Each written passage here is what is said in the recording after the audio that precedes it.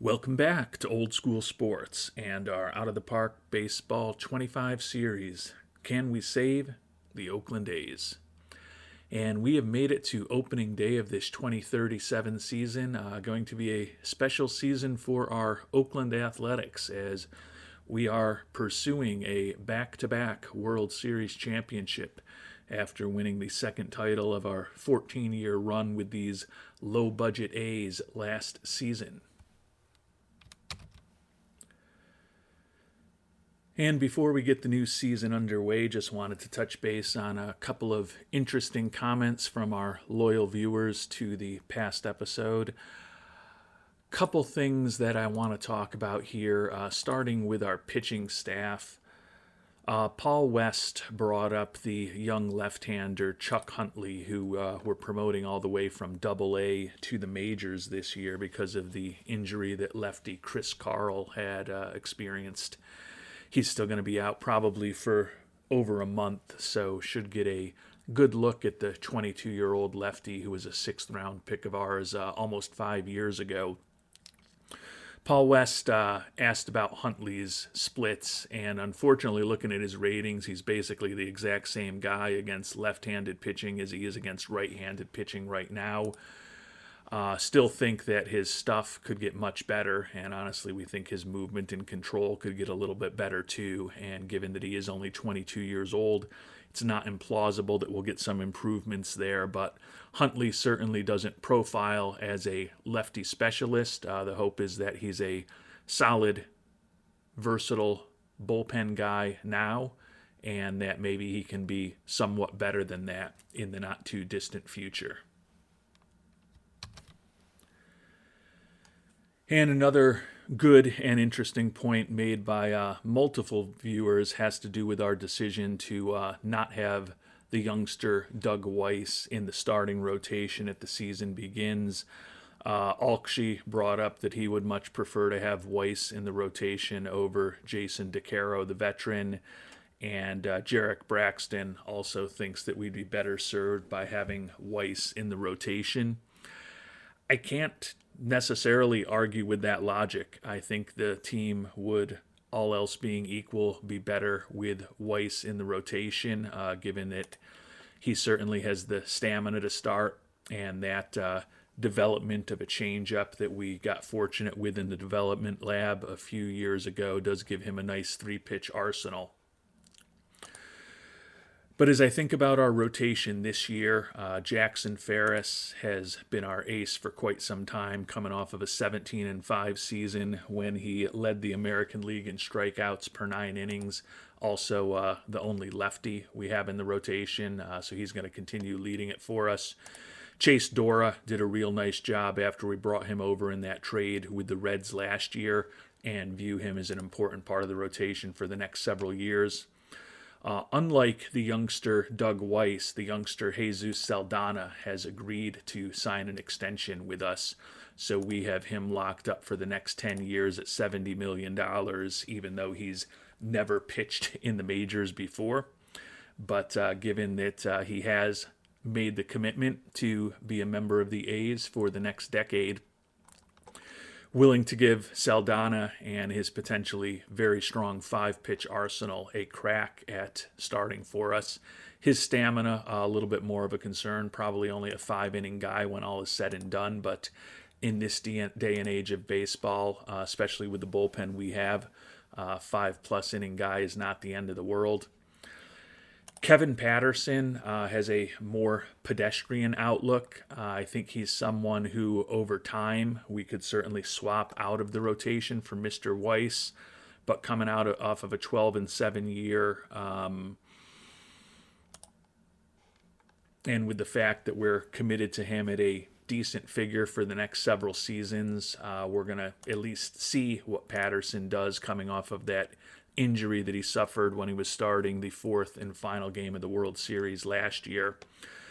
The guy who I think might be most logical to move out of the rotation is our number 5 starter, Jason DeCaro. Was also 12-7 last year and actually had a 3.50 ERA, which was a bit better than Patterson.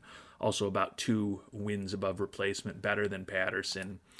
DeCaro, we exercised the team option for him at $6 million for this year, have another team option at him at $6.5 million next year.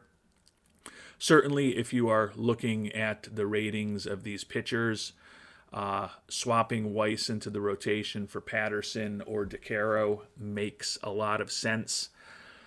But given that Mr. Weiss has been unwilling to commit to us for the long term, and he was good but not great in his introduction to the majors last year, we're going to start him out as a stopper for us, hoping that perhaps his salary demands will get lower over time.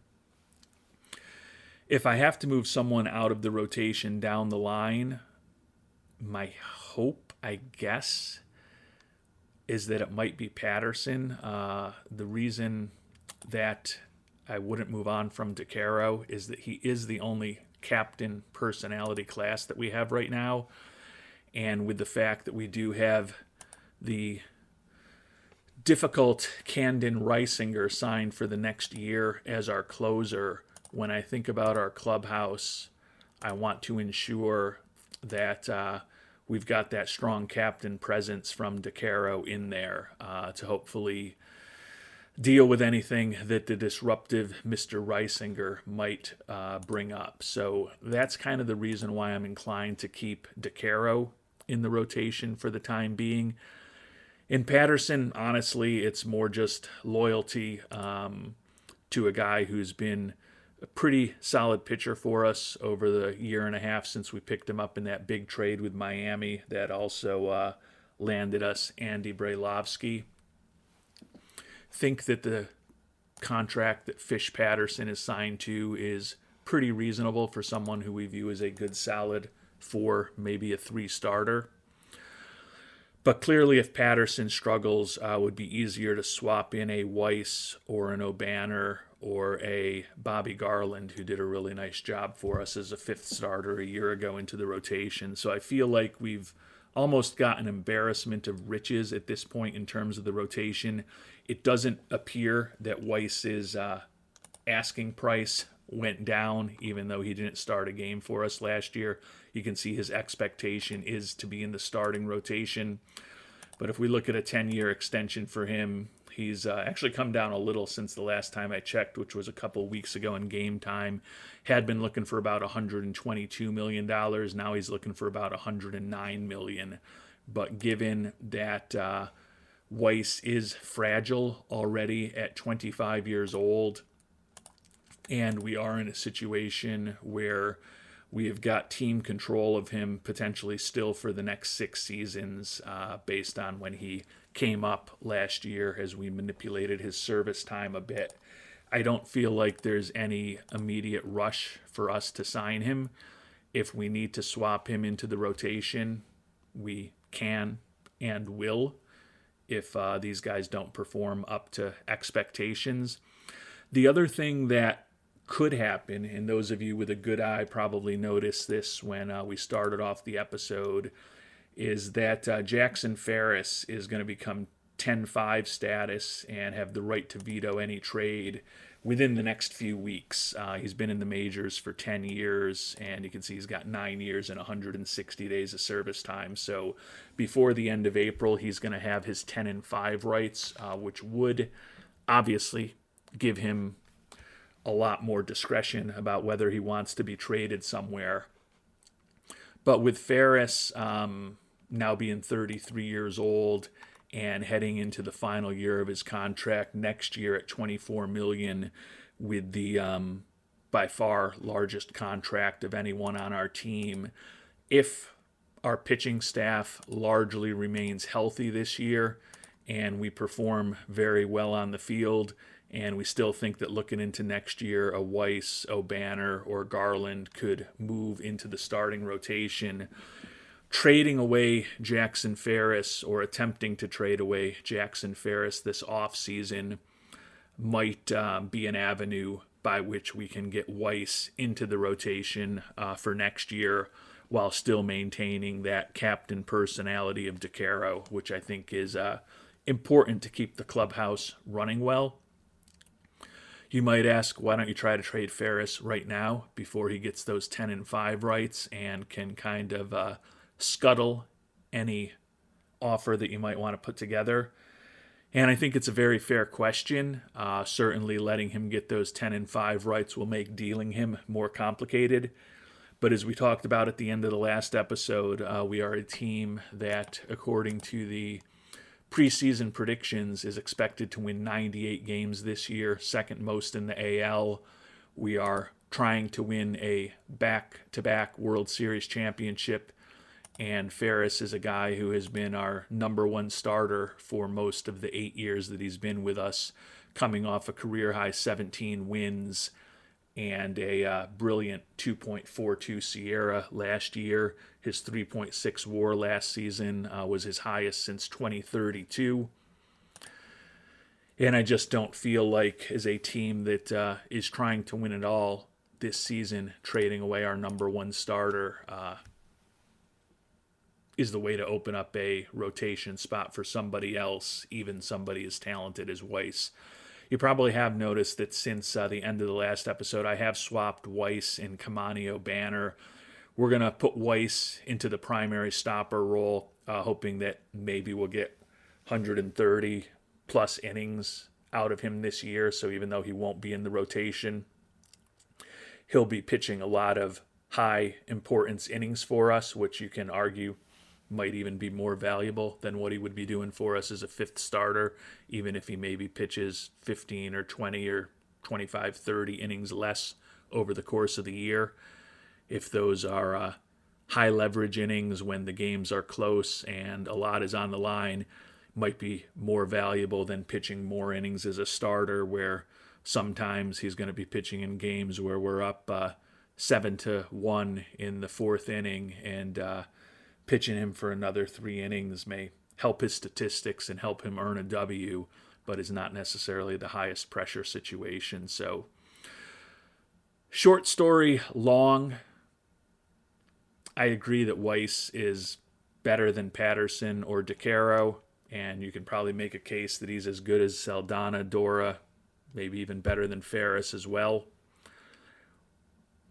But given that I have the loyalty to Patterson as a veteran, and I want the captain personality with DeCaro, and Saldana, unlike Weiss, has actually made a long-term commitment to the A's organization, Weiss is going to start out the year as a stopper, but if we have injury or ineffectiveness issues, he very well could be back in the mix to be in the rotation pretty much any day.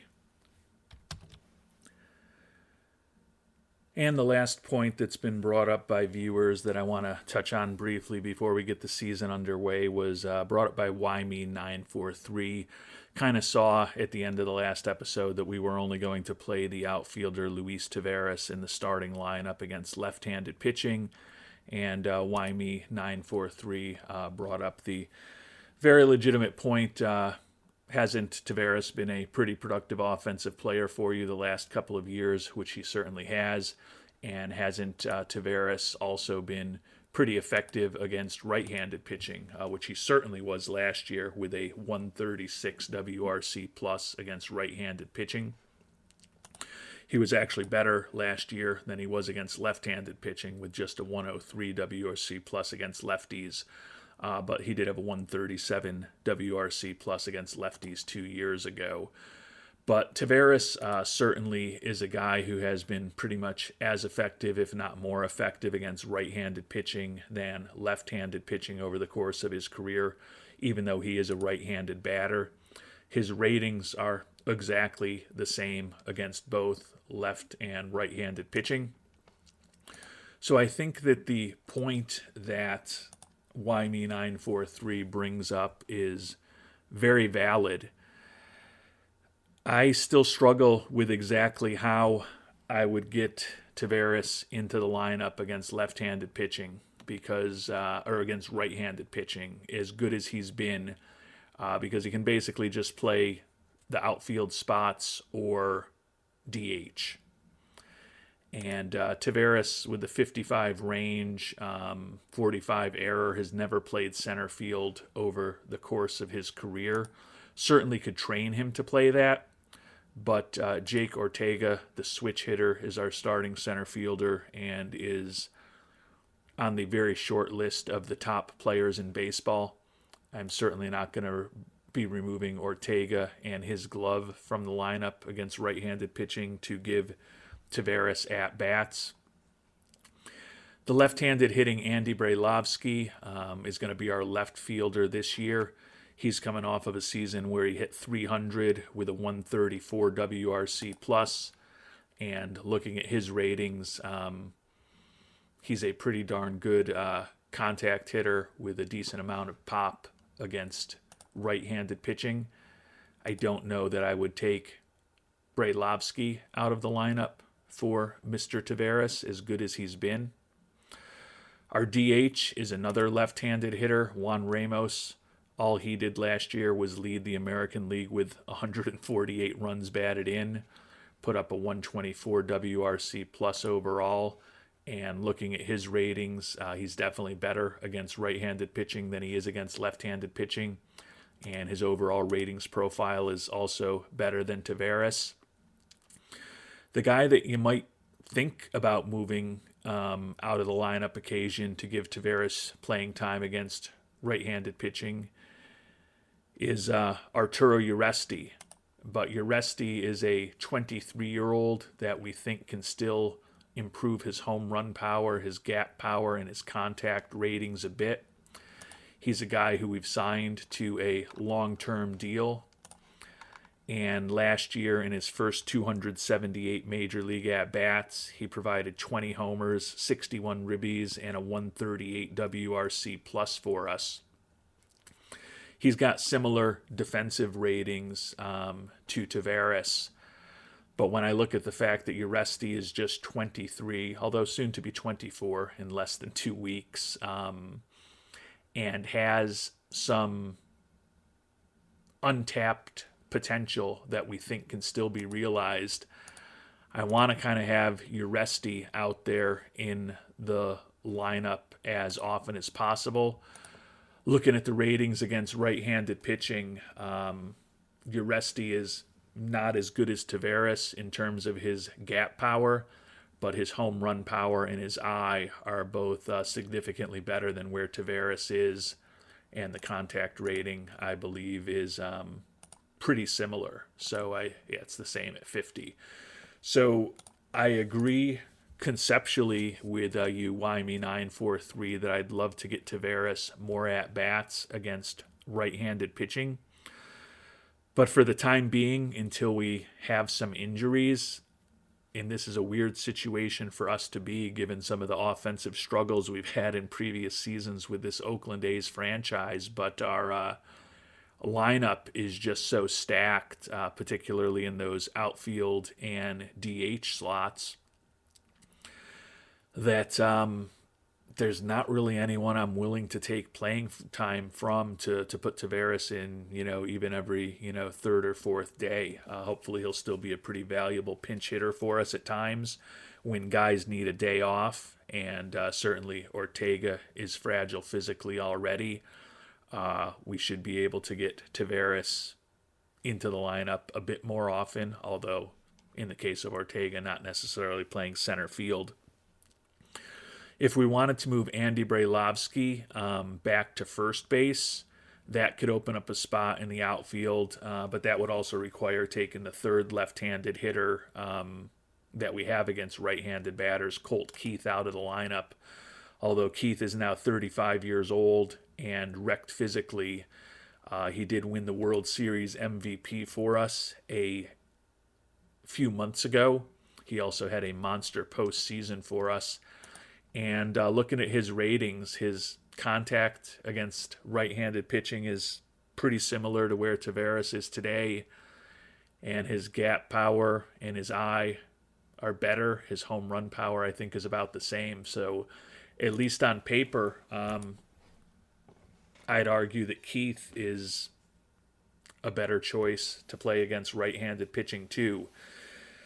So we're going to do what we can to get more at-bats for Taveras. I think it's a very valid point, and he has been very productive against right-handed pitching, but right now, until we have some injuries or someone is incredibly ineffective, I think most of his action against right-handed pitching is going to unfortunately only come when he's filling in for someone who needs a day off or is banged up with a minor injury for a couple of days. So certainly don't expect everyone to agree with the decisions I've made thus far on not having Weiss in the rotation and not getting more playing time for Taveras. But wanted to, and maybe some of you don't even agree with me not trying to trade Jackson Ferris away today before he reaches his 10-5 rights. I guess we can always just shop him around and see if there's an offer that blows us away. But with the amount of money he's making, I wasn't thinking we would necessarily get blown away by any of the offers. I'll spend a little time looking at this offline before I move forward with the episode. But given that we are trying to win now, as I said, and interestingly, I see a fair amount of outfielders and first base types listed as what we can get back for Mr. Ferris, given the I don't want to say embarrassment of riches we have at those positions right now, but given the strength we have at a lot of those positions right now, I don't necessarily think that dealing Ferris right now is an avenue that I'm going to go down with this team. And there's honestly nothing all that interesting to me in a straight-up trade for Ferris. Bastiao Buscardini certainly stands out a bit. Nice glove, decent instincts on the base paths, although he's not that fast, and a decent-looking bat for a middle infielder. But you look at what he's done over the last 3 years and the fact he's making $12 million and he's older than our shortstop Andy Toribio and our second baseman Alejandro Landin and our third baseman Mr. Mesidor. Don't really see where we gain a lot by bringing on a more expensive Buscardini. Cam Canarella, a left fielder, making $13 million a year. Given the strength that we have in left field right now, bringing on a fragile 33-year-old who doesn't have the best personality, probably not a direction that we're going to go. Kamani Bonaparte is a player who's young, decent defensively, potentially a decent bat, but again, not someone that I would give up our ace for. So we are going to get moving on the season now. I may regret not moving on from Ferris if he ends up getting hurt over the next 2 seasons, or we're unable to trade him this upcoming offseason if we decide that's the path that we're going to go, given the strength that we seem to have in the starting rotation right now. But for the time being, our focus is trying to repeat as World Series champions.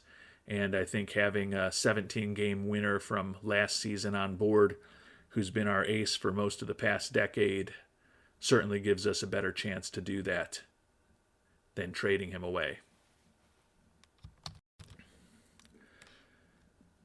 And we've got the season off to a real nice start.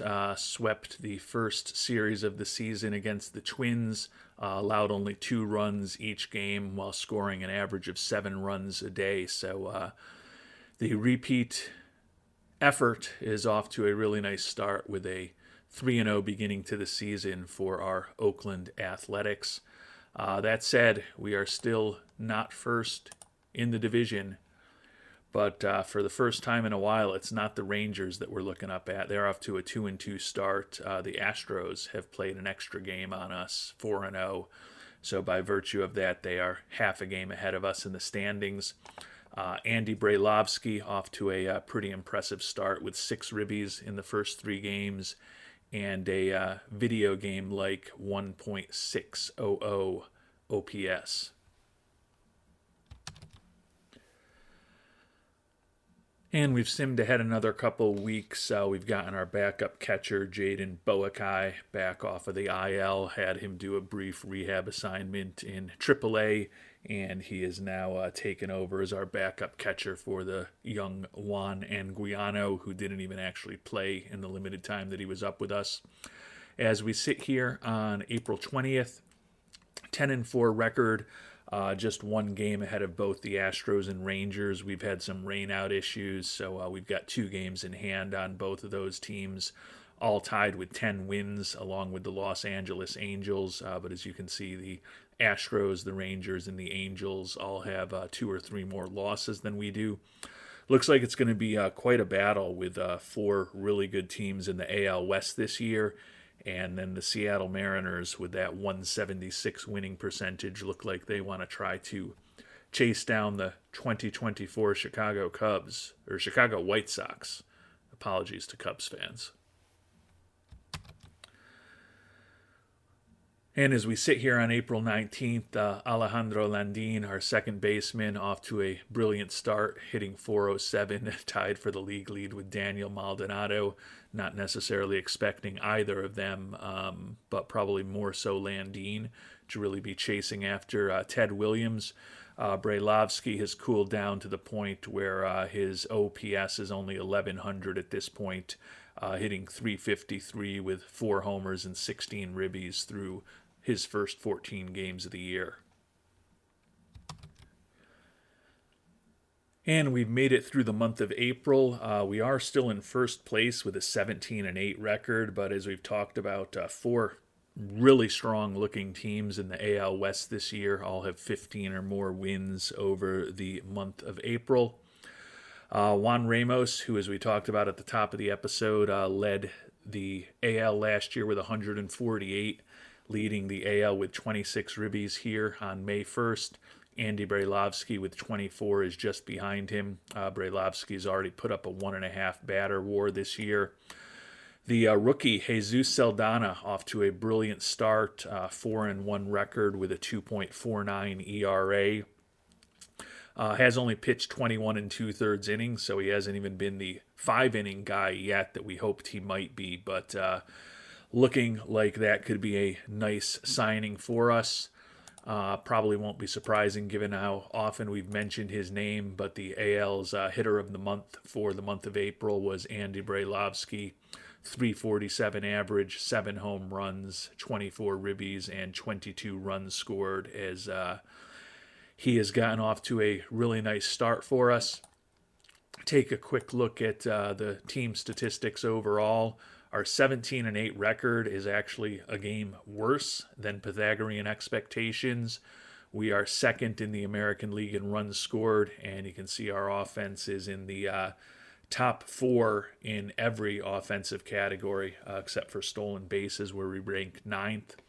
5th in defensive efficiency and 9th in zone rating, so a respectable but not particularly good defense.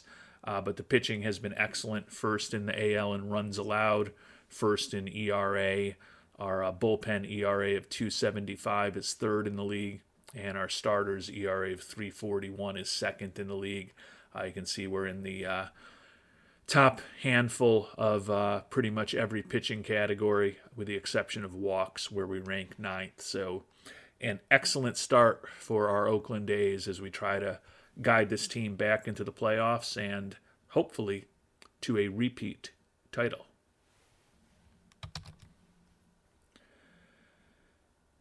And after a bit of a slow start to the month of May, where we lost 4 of our first 7 games, we've won 8 in a row over the last week plus. Not generally scoring tons of runs, but our pitching has remained excellent. As we sit here a little more than halfway through the month on May 18th, 28-12 record, 700 winning percentage for our A's is the best in baseball. We've now got a 3-game lead on the Angels, 5 up on the Rangers, and 6 up on the Astros. But all of those teams continue to play well over 500 baseball.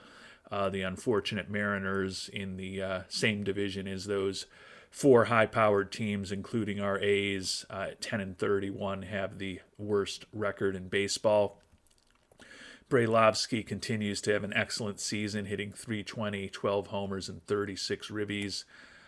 Pitching-wise, Jesus Saldana tied for the league lead with 6 wins, 6-1 record with a 2.11 ERA for the rookie. And finally have some bad injury news, unfortunately. Chris Carl is on that rehab assignment in AAA, coming back from his injury. Only has pitched in 3 games so far, and with a 5.62 ERA after the way he's performed over the past couple of seasons, given that the youngster, Mr. Huntley, has been playing well for us. No need to rush Carl back up. Eventually we'll have to make a decision. But Huntley, at this point, has a sub-1 ERA over 18 2/3 innings pitched with 20 strikeouts. Sierra, not quite as good at 3.58 compared to the 0.96 ERA, but still has a ridiculous 4.27 ERA plus and an excellent 77 FIP minus for us. But unfortunately, Alejandro Landin, the excellent second baseman, has fractured his thumb, having another really good season for us. 292 average, 7 homers and 28 ribbies in his first 39 games of the year. Already put up a 1.8 WAR for us with a 142 WRC plus. So certainly won't be great to be missing our starting second baseman for the next month and a half or so, but hopefully we'll have him back late June, early July, and he'll be there for the playoff run, assuming that we continue to play somewhat close to the level that we've played off, and we do guide these Oakland Athletics back into the postseason this year. And with the injury to Landin, we are going to have our utility infielder, Steve Allison, become our everyday second baseman, number 9 hitter. Allison hitting 292 this year, an admittedly small sample size of 24 at-bats, but a good solid player defensively with a respectable major league bat over the limited opportunities he's had over the past 3 seasons in the major leagues. So it'll be good to see what he can do over a more extended trial at the major league level. We've also called up Nehemiah Mulligan, does happen to be suspended for the next game. Mulligan, 25-year-old, who we picked up in a trade with the Mets almost 3 years ago. Another good, solid defensive infielder. Question how good the bat is ultimately going to be at the major league level. But he was pretty dominant in AAA this year, 333 average with a 151 WRC plus over his first 120 at-bats. And he will take over as our utility infielder for the next several weeks. And before we kind of move forward with the last couple of weeks of the month of May and finish up the episode, figured we'd check in on how the hitters that we talked about, the outfielders specifically, are performing. Should we be trying to get more at-bats for Luis Taveras? Taveras having a really fine season offensively, 296 average in 54 at-bats. Strangely, despite 5 doubles, 2 homers, only 3 ribbies, so he hasn't probably had a lot of RBI opportunities when he's been playing. But he's put up a 153 WRC plus in his limited opportunities this year. Looking at the batting splits and back to more of what we saw a year ago. He's been dominant in 26 at-bats against right-handed pitching, just a little bit above average in 28 at-bats against left-handed pitching. But as we talked about at the beginning of the episode, I don't think it's any real knock on Taveras that we don't play him against right-handed pitching, given the depth of the quality we have with some of these other players. Looking at our DH, Juan Ramos, 10 homers, 37 ribbies, and 151 at-bats, 278 average, 141 WRC plus. And as you might expect, he's pretty good against both righties and lefties with 130 plus WRC pluses against both southpaws and righties. Left fielder Andy Brailovsky, we've talked about a lot already, hitting 320 this year, 12 homers, 36 ribbies on May 19th. He's got already half the homers that he had all of last season, and he's closing in, probably will have more than half of the RBIs he had last year by the end of May. 175 WRC plus and a 1.8 WAR for him. Arturo Uresti, the young outfielder, putting up a 146 WRC plus for us, hitting close to 300 with 5 homers and 29 ribbies and 137 at-bats, so he has been very effective as well. Interestingly, it's the franchise that has struggled the most this year, and I said the one thing that I would be reticent to do defensively would be to give Taveras time in center field at the expense of Ortega. But Ortega, after being a pretty consistent 300 hitter over the course of his career, hitting just 234 this year, only 3 homers and 15 ribbies in his first 137 at-bats. Does have 10 doubles and does have 12 steals, so he's still actually been a slightly above average offensive player, put up a 1.4 WAR this season. His BABIP has dropped almost 100 points from a year ago and down about 70 points from where it was 2 years ago, so hopefully it's just been a little bit of bad luck with Mr. Ortega, and he will trend up towards his historic BABIP levels as he hopefully produces more over these next 4.5 months before we hopefully guide this team into the playoffs.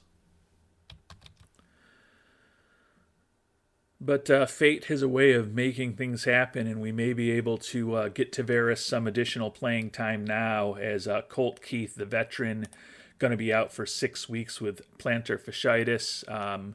He's been solid for us this year, put up a 112 WRC plus, playing primarily against right-handed pitching, looking at his batting splits.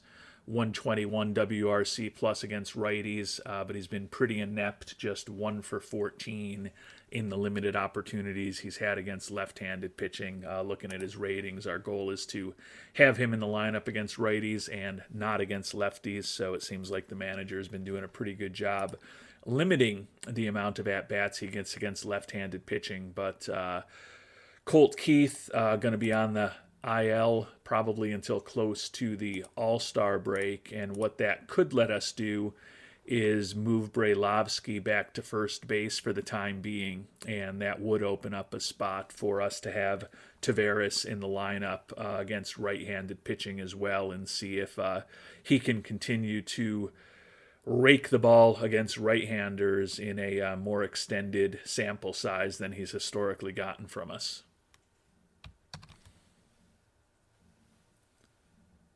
And unfortunately, we didn't play as well over the last couple of weeks of May as we did during the middle of the month. And as we sit here on June 1st, we're actually out of first place, which is a rare spot for us to be.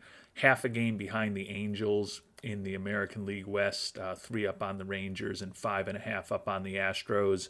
All 4 of these teams with 29 or more wins just 2 months into the season.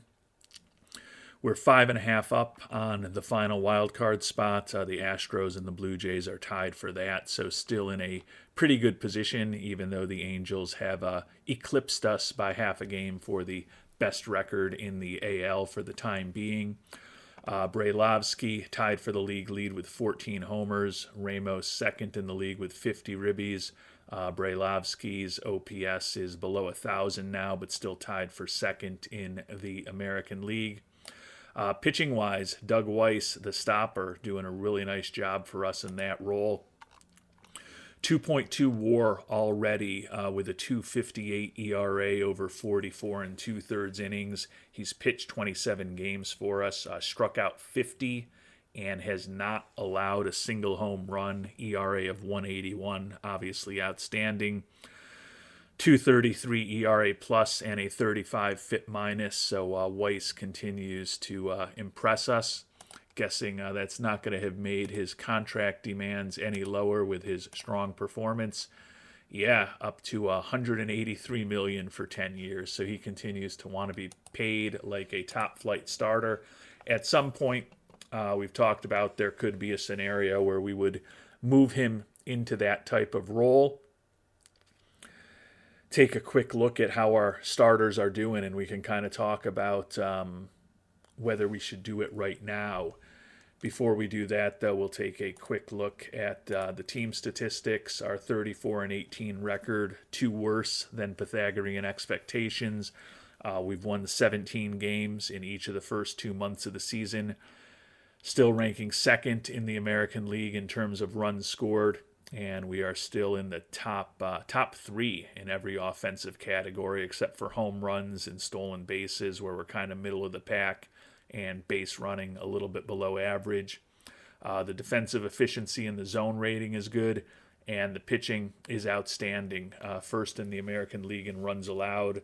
Bullpen ERA remains below 3. The starters ERA has crept up a bit over the past month, but still above average compared to the rest of the AL. And perhaps not surprisingly, the three starters that we felt the best about, Jackson Ferris, Chase Dora, and Jesus Saldana, are all having really strong starts to the season. Kevin Patterson, with a 5-1 record and a mid-4 ERA, has been solid, particularly for a number 4 starter. As kind of anticipated, the fifth starter, Jason DeCaro, has been the potential issue. 4-5 record with an ERA over 6. As we talked about, he's basically in there because we want to have that captain personality to try to keep a lid on any weird antics from Camden Reisinger. And actually, Reisinger has been by far the worst pitcher out of our bullpen. Only gotten a 13 1/3 innings out of the closer, as we've been blowing a lot of people out. 1-2 record with 11 saves. 5.40 ERA for him. The 9 walks in the 13 1/3 innings is definitely a negative surprise. His Sierra is over 5, and he's basically been a replacement level pitcher. Check in quickly on how team chemistry is looking. People are still generally happy. I guess with the promotion of Nehemiah Mulligan, we do have the captain personality there. He's the guy that we brought on board back when Landine had the injury. Or actually, was it Mulligan we brought up then?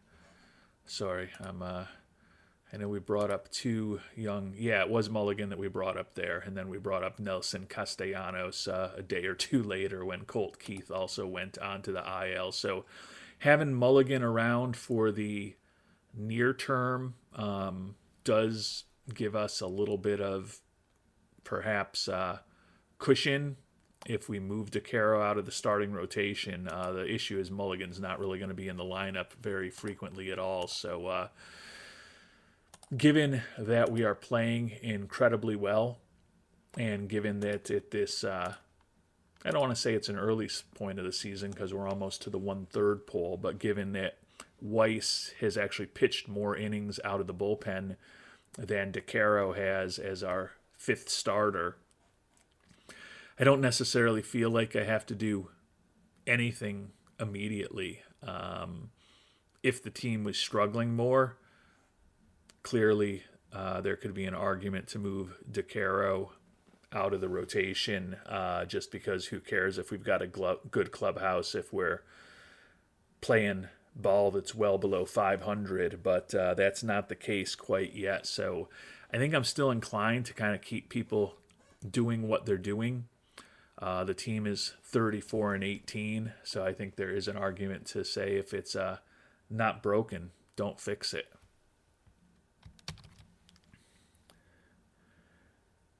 And with that, we will call it an episode. Next time we will be back to sim another several weeks before we get to our full mid-season review. Obviously, you've got a good overview of who's performing well and who's struggling right here. Keith and Landine both going to be out for another month or so. Still have Chris Carl on that rehab assignment because we don't really need him at the major league level because Huntley has done so well for us. But we will have to make a decision at some point in the next week or so on Mr. Carl. But as we sit here on June 1st, the 2037 season and our efforts at a title defense are going reasonably well. Half a game out in the division, .654 winning percentage, and we are 5.5 up on the final wild card spot. Would certainly love to ultimately get a division title this year, since it's been several years since we had one, and have that first round bye. But as we've talked about, the AL West this year, with the exception of the Mariners, seems loaded, and even the Mariners have been playing a bit better lately to get their winning percentage up over 300. Until our next episode, thanks so much for watching, and hope you have a great day.